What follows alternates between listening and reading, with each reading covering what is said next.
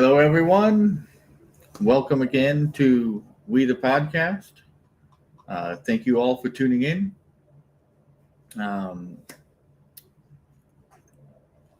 in episode 3, we were speaking about term limits and why, despite their popularity, they actually fail to fix the underlying problems in our political system. We explained how term limits weaken Congress, empower unelected bureaucracies, and actually accelerate the transfer of power away from the people. In other words, term limits don't actually restrain government, they restrain representation. So today, we are not just critiquing the idea, we are offering an alternative.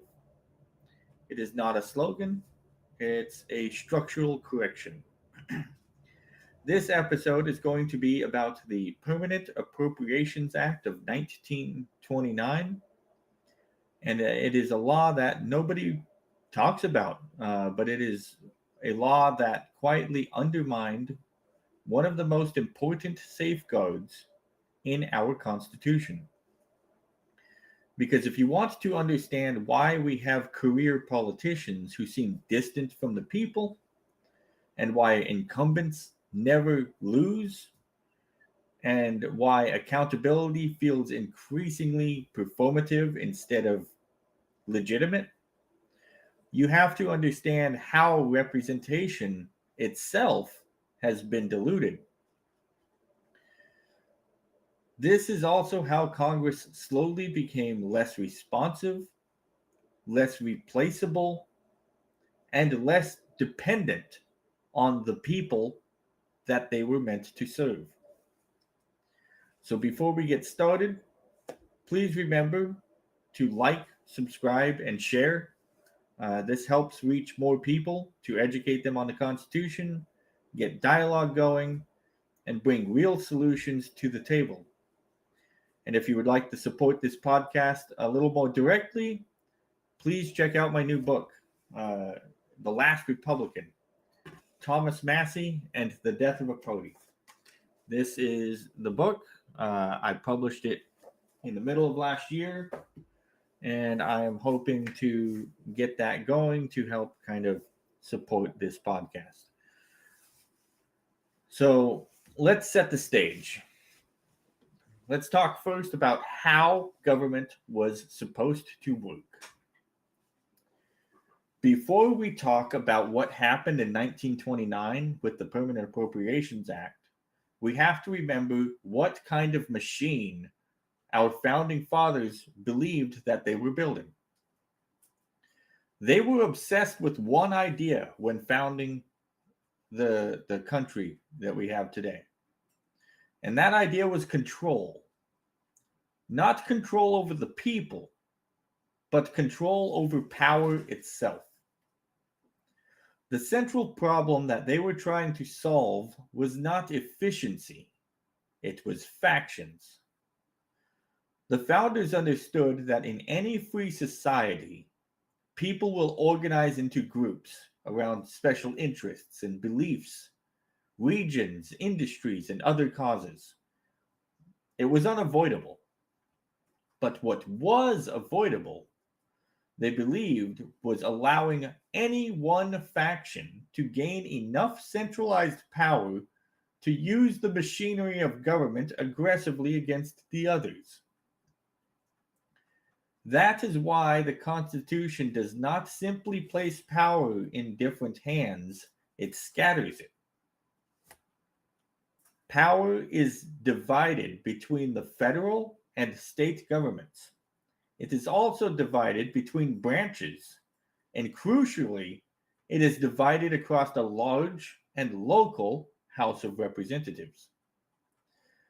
The House was meant to be the people's house, not just symbolically, not ceremonially, but operationally. It was designed to be the most populous branch of the federal government, precisely so that no narrow faction could easily dominate it. James Madison makes this logic explicit in Federalist Number 10. He explains that the danger of faction is not its existence, but its ability to seize power and impose its will. The instability, injustice, and confusion introduced into the public councils have, in truth, been mortal diseases under which popular governments have everywhere perished. This is what Madison wrote in Federalist 10. And I'll read that one more time. The instability, the injustice, and the confusion introduced into the public councils have in truth been the mortal disease under which popular governments have everywhere perished. The solution, Madison argues, is not to suppress factions. That would destroy liberty. And liberty is what our founding fathers had fought for. So the solution was to structure government so that factions must compete, negotiate, and check one another. A numerous house serves that purpose. With many representatives drawn from local communities, factional dominance becomes very difficult. Regional interests begin to collide. Local concerns interrupt national agendas. And aggressive policies slow down because they must pass through many independent representatives, each accountable to a specific place. This is why Article 1 comes first in our Constitution. Not because Congress is noble, but because it is dependent. Madison put it plainly in Federalist 51. A dependence on the people is no doubt the primary control of the government. And that dependency was meant to be the strongest in the House. In Federalist 57, Madison reinforces the point. He explains that members of the House are structured to retain a habitual recollection of their dependency on the people, because they must always anticipate the moment when their power ends and they return home. Put simply, representatives were never supposed to forget that their authority was conditional, that the people could remove them quickly if they violated the will of their constituents or the limits of the Constitution. That was not accidental. The House was not meant to become a permanent ruling class. It was meant to be replaceable. Local representation was the mechanism that made it work. When representatives lived among the people that they served, factional overreach is much more difficult. When districts are small enough to be human, power stays personal. And when turnover is constant, domination is unstable. This is why the founders wanted the House to be large, local, and frequently renewed. Not because they distrusted representatives, but because they distrusted concentrated power, especially when wielded by factions convinced of their own righteousness. The founders wanted governing to be difficult, because difficulty was the price for liberty. They did not fear disagreement, they feared dominance. They understood factions were inevitable. Groups of people united by shared interests, passions, and causes. And they knew that giving enough central power, factions would eventually try to use government against one another. And this goes right back to Federalist 10, where Madison explains that destructive danger of factional dominance. The solution was not to eliminate factions. That is impossible without infringing upon the very liberty that they were trying to protect. The solution was to divide power so thoroughly that no single faction could easily capture the machinery of government and use it aggressively against the rest of the country. Instead of relying on self restraint, the founders designed a system that forced factions to slow down. A large and local house was essential to that restraint. With power dispersed across many representatives drawn from different communities, factions could not move quickly enough to dominate. Aggressive agendas were delayed, competing interests collided, and sudden swings of power struggled to become permanent policy. A great example of this is actually Woodrow Wilson. President Woodrow Wilson spoke adamantly against this aspect of the Constitution. It frustrated him very much. He complained constantly about how it was impossible to get anything done. But that was with intent, because our founding fathers did not want runaway legislation. They did not want things to be just crammed down our throats. They wanted slow, deliberation, well thought out, debated policies. It forced that debate among the representatives. This is the note the founders wanted to end on. Liberty does not survive because those in power choose restraint. It survives because the system denies them the ability to act without it. And this is where the founders' design stops being abstract and becomes mechanical. The House of Representatives was not created as a debating chamber or a symbolic expression of popular will. It was created as the primary point of contact between the people and the federal government. Every major exercise of national authority was meant to pass through it. It was not incidental. It was leverage by design. The founders understood that the people do not govern directly. We are not a direct democracy. They governed through their representatives in our republic. The real question then was whether representation would remain close enough to the people to serve as a genuine constraint on power. And Madison emphasizes this dependency repeatedly. In Federalist 52, he writes that it is a particularly essential that the House maintain an immediate dependence and an intimate sympathy with the people. And that phrase matters, immediate and intimate. Madison ties the dependency to the frequent elections, explaining that regular return to the voters is what keeps representatives aligned with the people that they serve.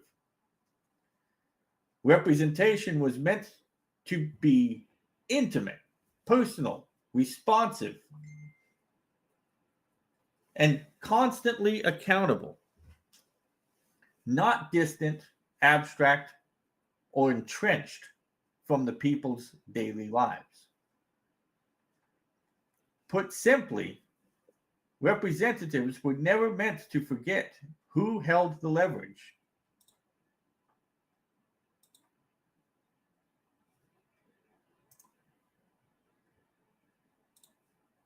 Give me 1 second. My notes just crashed on me. I apologize for that.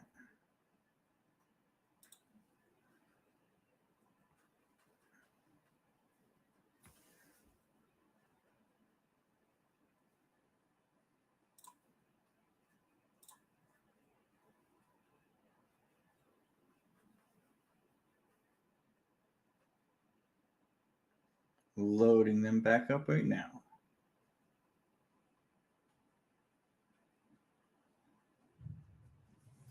All right. So, as I was saying, Madison ties that dependency directly to the frequent elections, explaining that regular return to the voters is what keeps representatives aligned with the people that they serve. Representation was supposed to feel intimate, personal, responsive, and constantly accountable, not distant, abstract, or entrenched from the people's daily lives. Representatives were never meant to forget who held the leverage, and this is why the House was designed to be large and local. Local did not mean ideologically, it meant geographically, it meant personal, it meant human scale. It meant that your representative was supposed to be within arm's reach, figuratively speaking. Your representative was expected to know the conditions of their community because they lived among their community. The people, they worked the same work the people did, the industries that sustained them, the problem they faced, and the consequences that federal decisions would have on daily life. So, in short, your representative was supposed to live the same life as you. They were supposed to understand the intimacy of your life struggles because they were supposed to be living through those same life struggles. Not through staff briefings, not through national media narratives. They were supposed to have that intimate connection with your personal life through the proximity. And that proximity was the source of leverage and understanding. When representatives are close to the people, power stops being theoretical. Decisions are no longer just policies on paper. They affect real towns, real jobs, real lives. And representatives are forced to confront those consequences daily when local. It becomes harder to govern in slogans, harder to outsource responsibility, harder to detach authority from constitutional limits. And this is why Article 1, Section 2 ties representation directly to the people, to the population. The House was meant to grow with the country, so districts would remain small enough to preserve human connection, small enough to be reachable, small enough to be accountable, small enough to be corrected. The Constitution also guaranteed every state at least one representative because representation was not treated as a technical optimization problem. It was treated as a safeguard of voice. The founders understood that representation could fail in two directions. If districts grew too large, representatives became distant and unaccountable. If representation is manipulated or stacked, federal power can be amplified beyond what the system was meant to tolerate. So the Constitution balances both risks with a single structured principle: measured growth. A house large enough to reflect the people, but constrained enough to prevent exploitation. This is why the House was intended to be the most numerous branch. It was designed to absorb political pressure. When the people are dissatisfied, the House was supposed to feel it first. That is what leverage looks like in a constitutional system. Because a House that can be turned over easily is a House that can restrain the others. It can check executive ambition. It can resist administrative overreach. It can force policy back into open debate. Once that leverage weakens, the entire system shifts. And that is the thread we are going to follow next. Because once you understand representative leverage, not as symbolic, you can see exactly why Later structural changes mattered so much, and that begins in 1929. So, what changed in 1929 and why? There was a law passed in 1929, an act that nobody really talks about because nobody really knows it exists. Nobody thinks about it. It doesn't feel important. It doesn't sound important. And that law is the Permanent Appropriations Act of 1929. It did not announce itself as a revolutionary act in government. It wasn't even intended to be a revolutionary or sweeping change of government. It did not strip any rights. It did not cancel any elections. It did not openly defy the Constitution. What it did was much more subtle, but far more consequential. At its core, all the act did was fix the size of the House of Representatives at 435 members. For the first time in American history, representation was no longer allowed to grow automatically with the population. This was not done to weaken the people's voice. It was done to solve a practical problem that they were facing. By the late 1920s, the House had been expanding steadily, exactly as the Constitution anticipated. But physically, the House chamber itself had reached its limits. Quite simply, there were not enough seats for more representatives. The existing Capitol building was not designed to accommodate growth beyond 435 members. That meant adding more desks, more space, more physical capacity that the building just did not have. Congress faced a very narrow logistical problem. How do you continue expanding representation when the chamber itself cannot seat additional representatives? And that's when they made the stopgap and locked the House at 435 members. Not because growth was seen as undesirable, but because further growth seemed impractical at the time. On paper, this was not unconstitutional. The Constitution sets a ceiling for representation, not a mandate. A ceiling, but not a floor. It allows Congress to determine the size of the House of Representatives within those limits. So the act complied with the Constitution. But constitutional legality is not the same thing as constitutional health. Because this decision quietly severed the feedback loop that the founders had relied on. The population continued to grow. In fact, it exploded. But representation did not. Districts expanded. Communities were merged. And representatives became responsible for larger and more diverse constituents than the system was designed to handle. At first, the consequences were barely noticeable. The country was still growing, the changes were incremental, and the dilution of representation happened slowly enough to feel normal. But over decades, those small changes compounded. As districts grew larger, representatives became more distant. As representatives became more distant, elections became less corrective. Elections also became more expensive. Campaigns now had to reach larger populations across wider media markets, requiring more money, more advertising, and more professional infrastructure.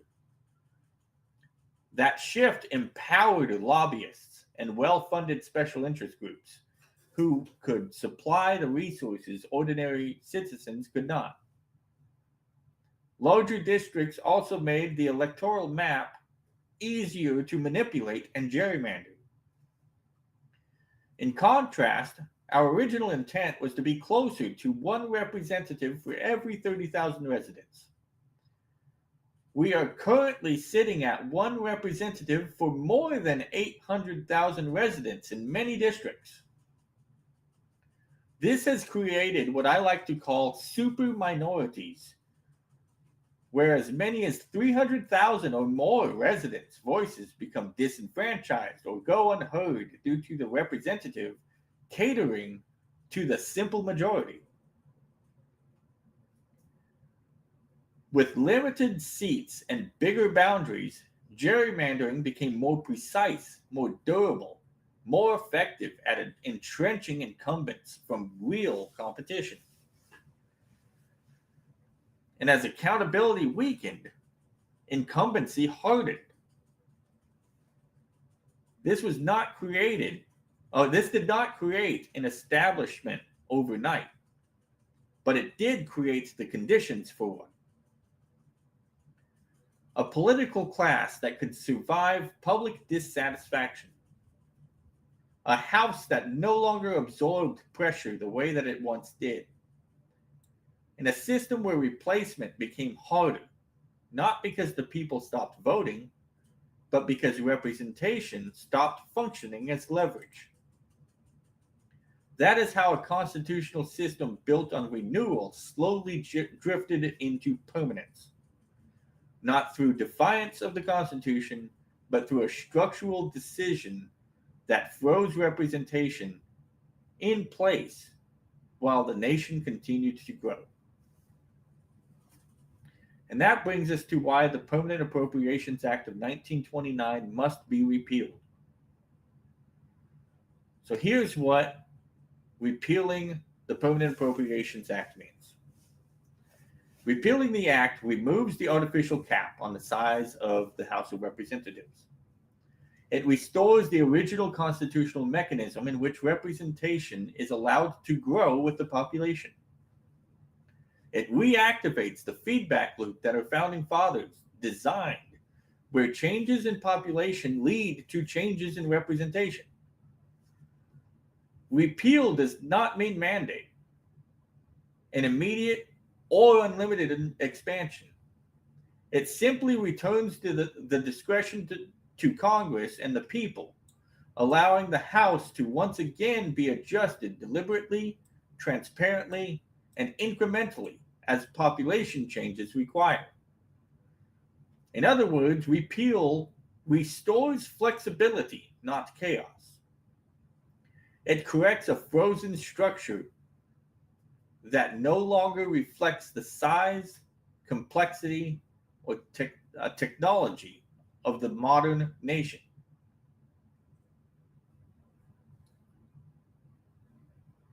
In 1929, Congress was dealing with a physical problem, not a philosophical one.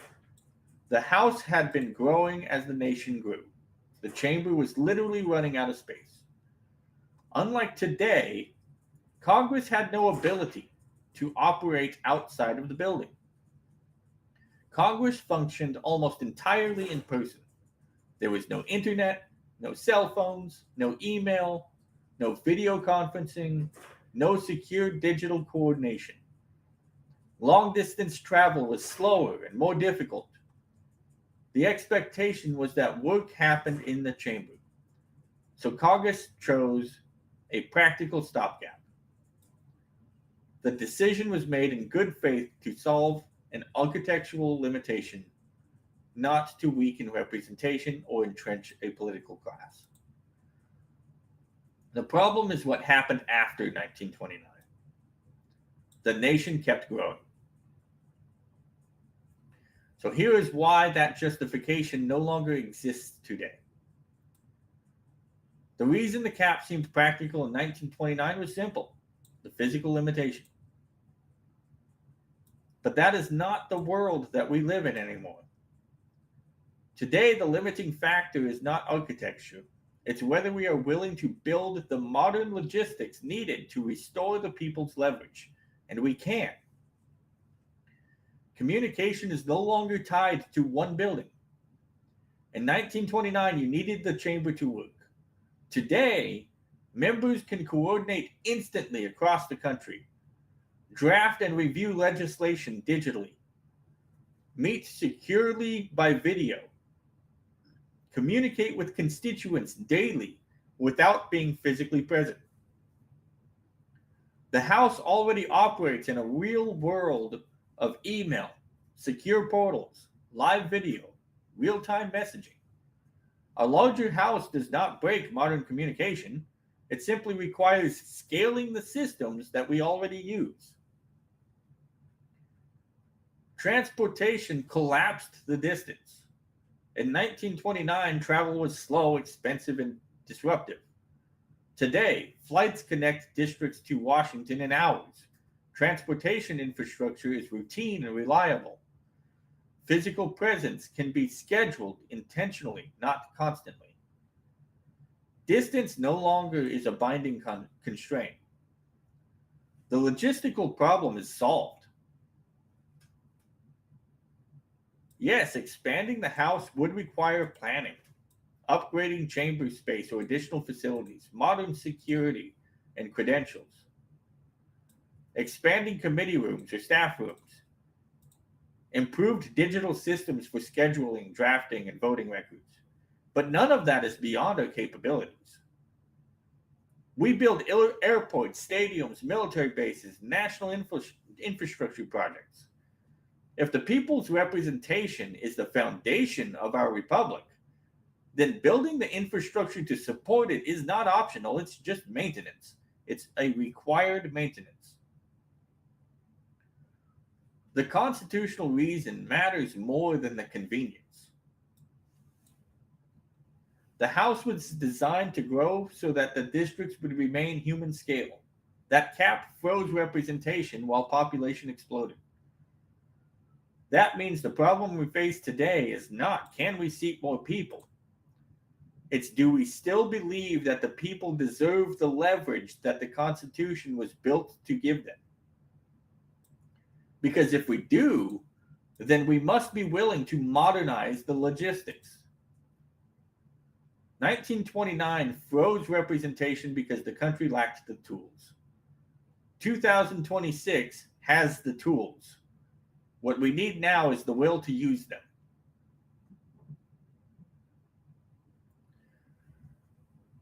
So how does restoring the people's leverage fix the growing pains that we have experienced? Up to this point, we've explained why the House was designed the way it was and how that design was quietly frozen in 1929 and the consequences that it created over time. Now we get to the most important question of this episode. What actually happens when that design is restored? Because repealing the cap does not just change numbers on seating charts. It changes how power behaves. This is the heart of the entire argument. Because once you understand what the House was designed for, you can see why freezing it was so destructive and why restoring it is so powerful. A growing House does one thing immediately. It shrinks districts. And shrinking districts restores the original constitutional relationship between the people and their representatives. Proximity, accountability, and real leverage. So here are 10 huge benefits of repealing the Permanent Appropriations Act of 1929. The first thing is simple. Smaller districts make campaigns affordable again. Right now, running for Congress is treated like launching a national brand. You need consultants, you need media buys, you need donor networks, you need a fundraising machine. That's not democracy. That's marketing. But the House was not designed for millionaires, billionaires, and professional political factories. It was designed so that ordinary citizens, people known and trusted in their communities, could realistically run for office and win without needing vast wealth, national name recognition, or institutional backing. When districts are smaller, campaigning becomes human again. You can knock doors, you can show up at local events, you can be known for your work, your reputation, your integrity, not your ad budget. Smaller districts make accountability realistic again.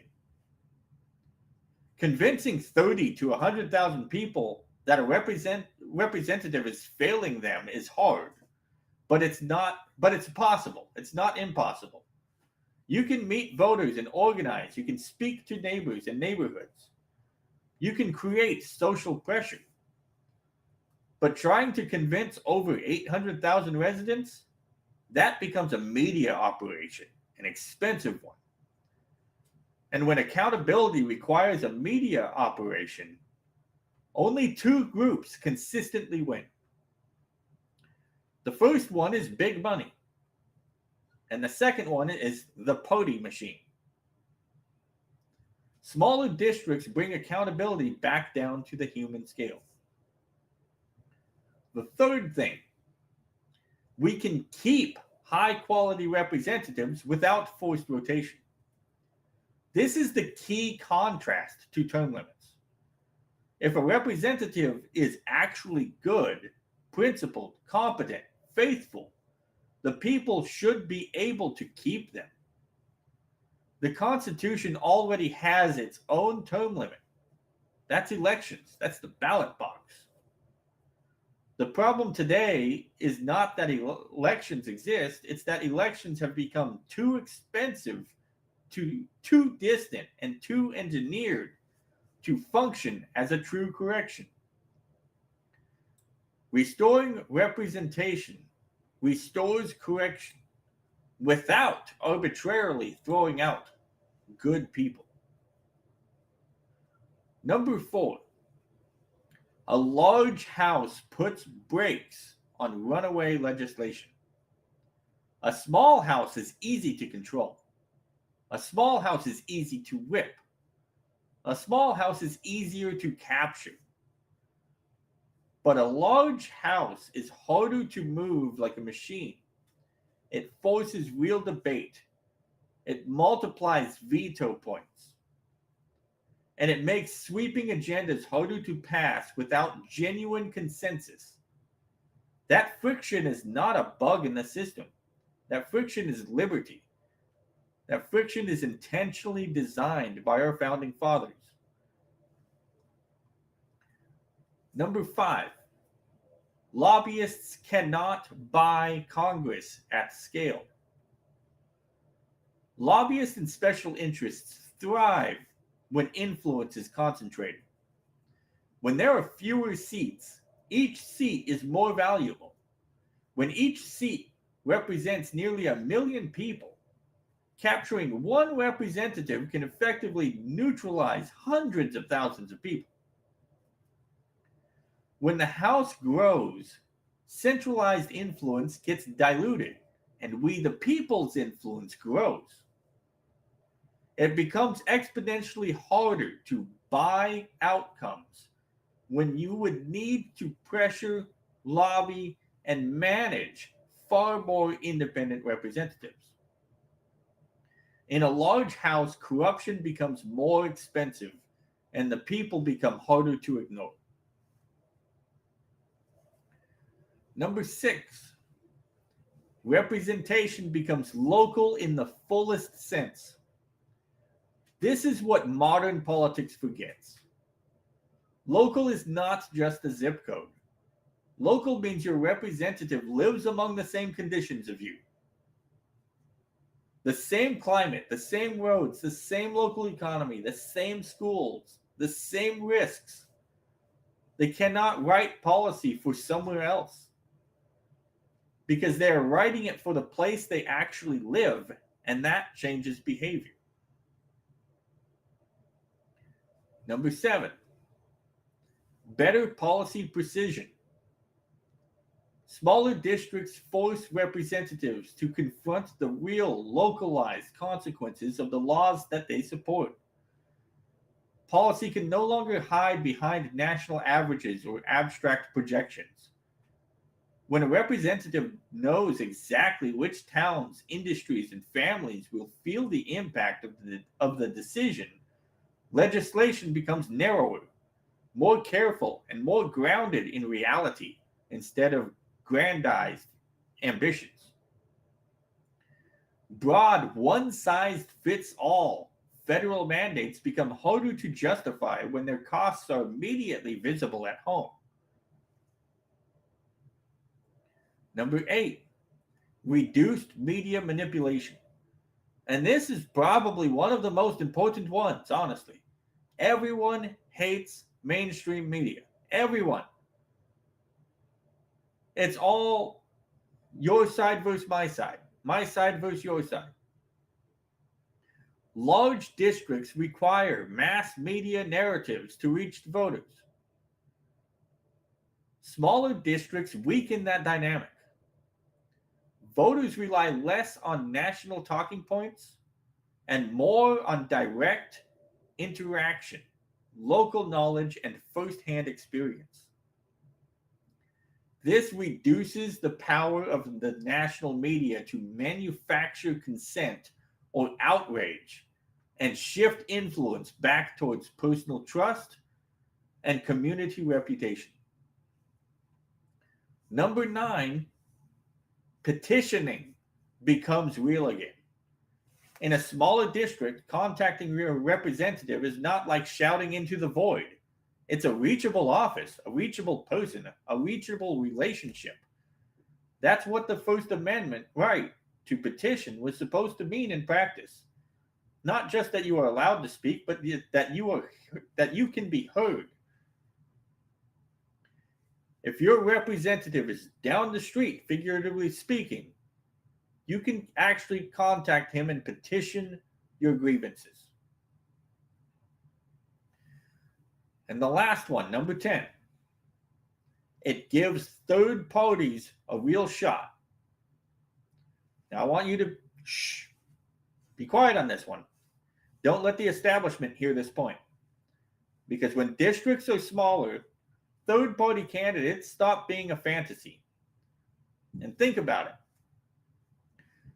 Dividing 30,000 votes 3 ways is plausible. Dividing 800,000 votes 3 ways, well, that has been historically proven to be impossible with the narrative of dividing votes. That requires millions of dollars, nonstop media, and a party apparatus. In other words, the duopoly is not just political, it's structural. And when you restore the structure of representation, you restore the conditions of real competition. There's not a big enough pie to take a small slice out of in small districts. You can easily reach 30,000 residents with a small door-to-door campaign. That's what leverage looks like. It's not rage, it's not slogans. A system that makes ordinary citizens powerful again.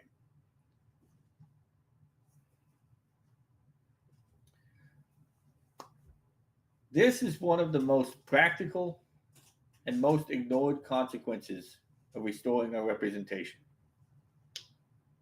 Large districts do not shape elections. So repealing this act makes it possible for ordinary citizens to run for office. Large districts determine who is even allowed to participate. When a single district contains hundreds of thousands of residents, campaigning stops being civic engagement and starts being a capital-intensive production. Large districts favor money over message, name recognition over trust, party machinery over community reputation. To be competitive, a candidate must raise millions of dollars, buy access to mass media, hire professional consultants, plug into existing donor and party networks. That reality quietly excludes most Americans before they can even cast a vote. Smaller districts change that equation entirely. When districts shrink, campaigns stop looking like national product launches and start looking like conversations. Door to door campaigning becomes viable. Grassroots fundraising actually works because reaching a few thousand engaged supporters can carry real weight. A candidate's reputation, their work, their integrity, their standing in their community matters more than their advertisement budget. Most importantly, repealing the act lowers barriers to entry without regulating speech, money, or parties. No campaign finance laws are necessary. No speech restrictions. No party controls. The structure itself does the work. By restoring human scale districts, repeal allows capable, serious citizens to compete on equal footing, not because the system favors them, but because it no longer filters them out. That is how self-government is supposed to function.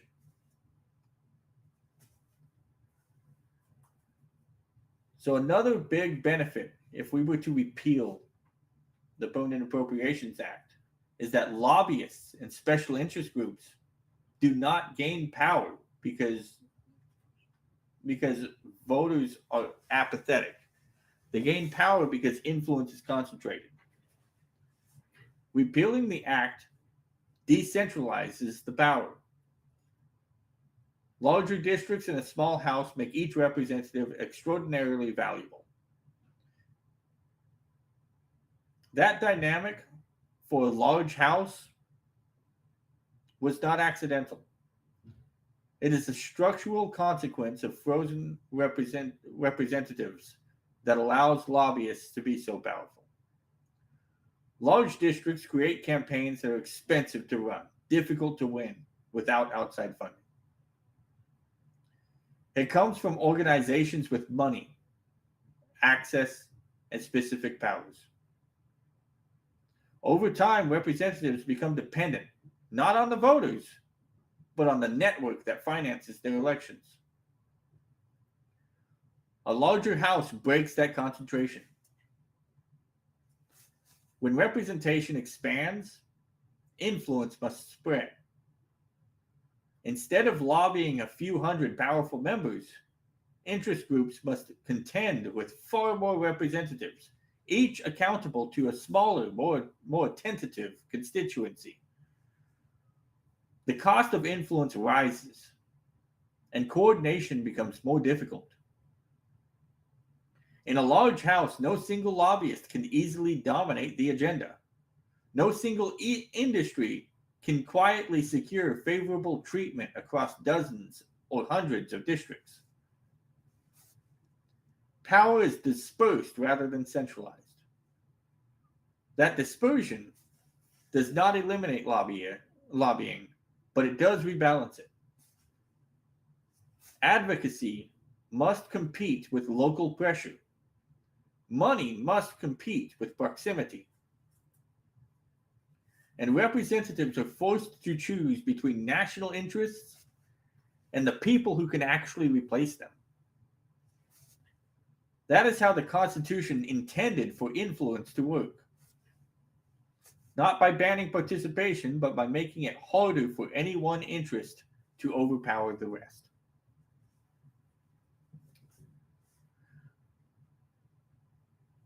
So how does repealing the act undercut gerrymandering and supermajorities?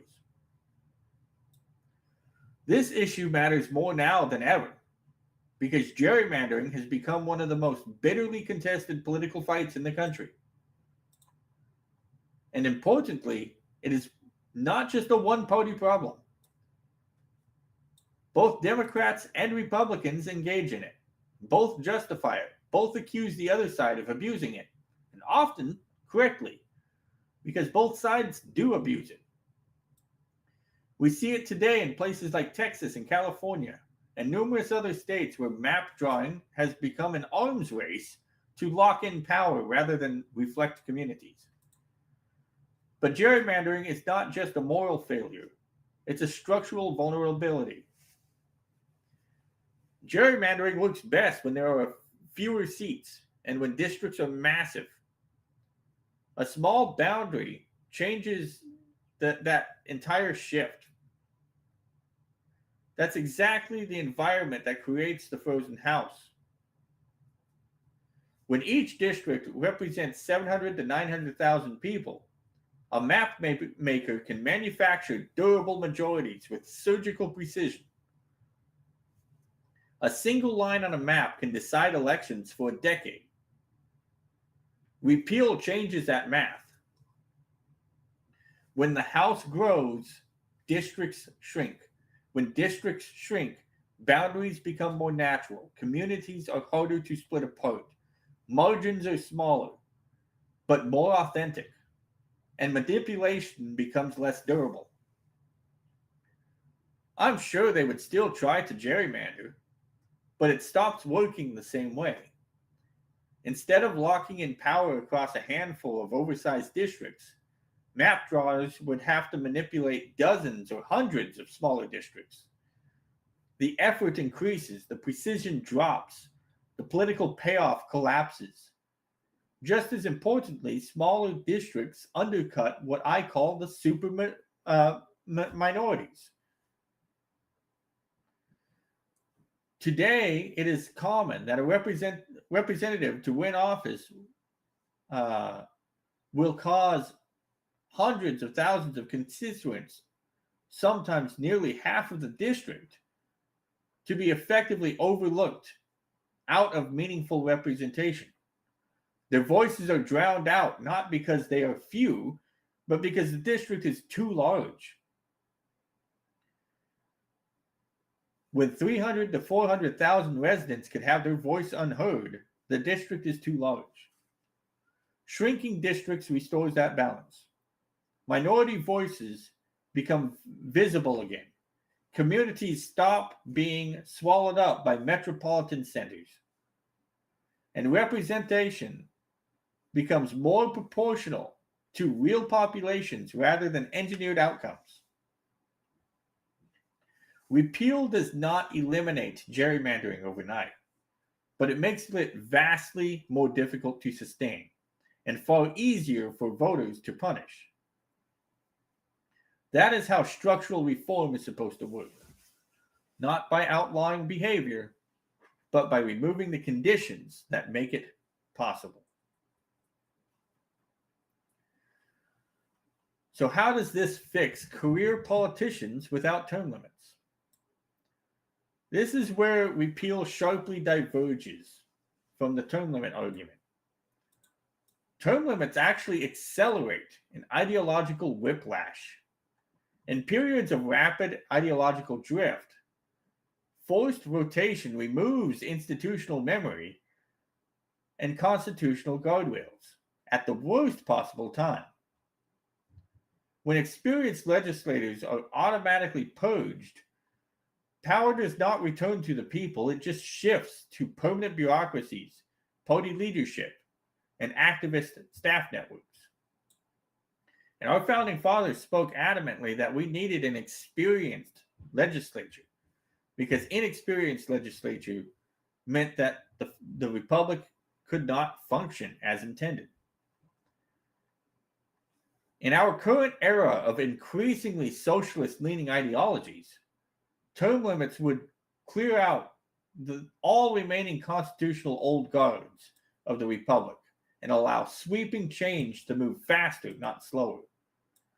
A growing house preserves a critical safeguard.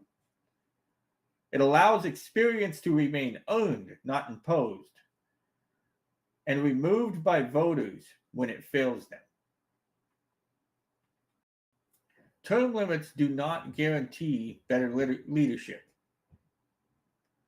The uncomfortable reality is this: The number of Americans who are truly constitutionally minded is probably less than 20%.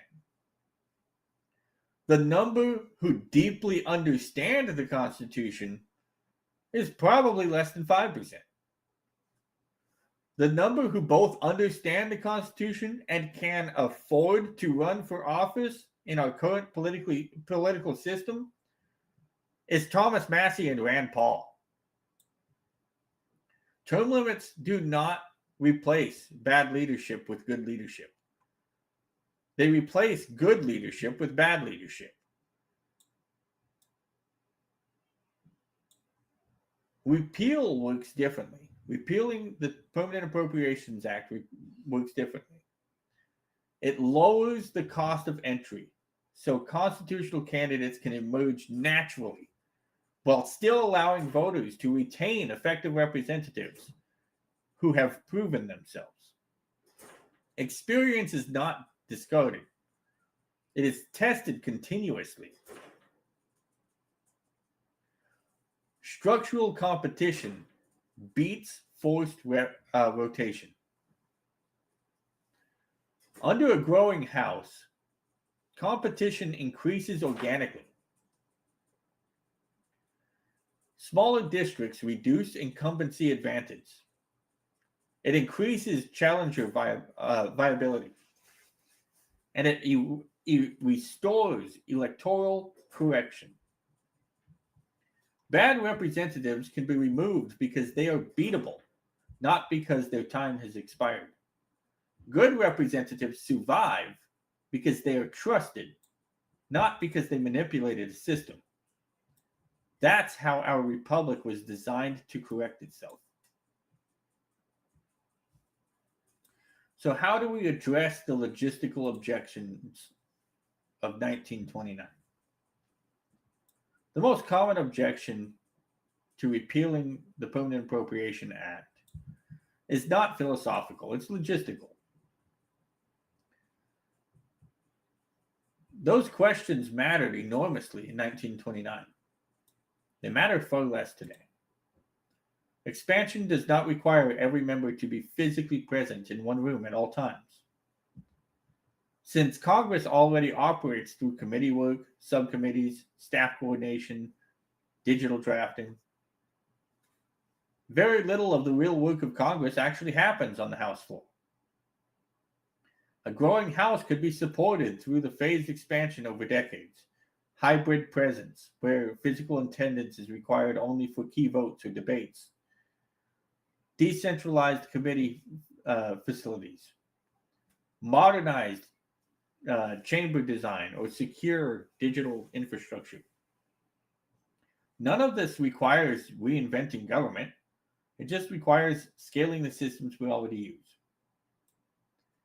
We routinely build and maintain complex national infrastructure, as I mentioned before. Representation is no different. The logistical problem is solvable. The representation problem is not, at least not without reform. A long-term safeguard that I would like to see would be building a constitutional floor. There's one final point worth addressing. And it's not as an immediate demand, but as a long-term safeguard. The founders built a ceiling into the Constitution for representation, but they intentionally did not build a floor. At the time, it made sense. They assumed states would constantly compete for more representation, not tolerate less. The danger they feared was overconcentration, not stagnation. History proved otherwise. This is one of the few times that I've seen something from the founding fathers that actually they didn't have the foresight. Once representation was frozen, nothing in the Constitution forced it to resume growing. They experienced that experience suggests a lesson. Down the road, a narrowly tailored constitutional amendment could restore the missing guardrail by establishing a floor for representation. For example, if we amended Article 1 of the Constitution to say that Congress shall have no more than one representative for every 30,000 residents and no fewer than one representative for every 100,000 residents. Such a rule would not micromanage Congress. It would simply require the federal government to maintain a House that scales with the people automatically, predictably, and transparently. As population grows, representation grows. No political discretion, no quiet freezes, no generational dilution of voice. This would lock the Founding Fathers' original intent, not by trusting future Congresses to do the right thing, but by structurally requiring them to do the right thing. Repealing the Permanent Appropriations Act of 1929 restores the mechanism that our Founding Fathers had designed. A constitutional floor would ensure that it can never be quietly shut off again.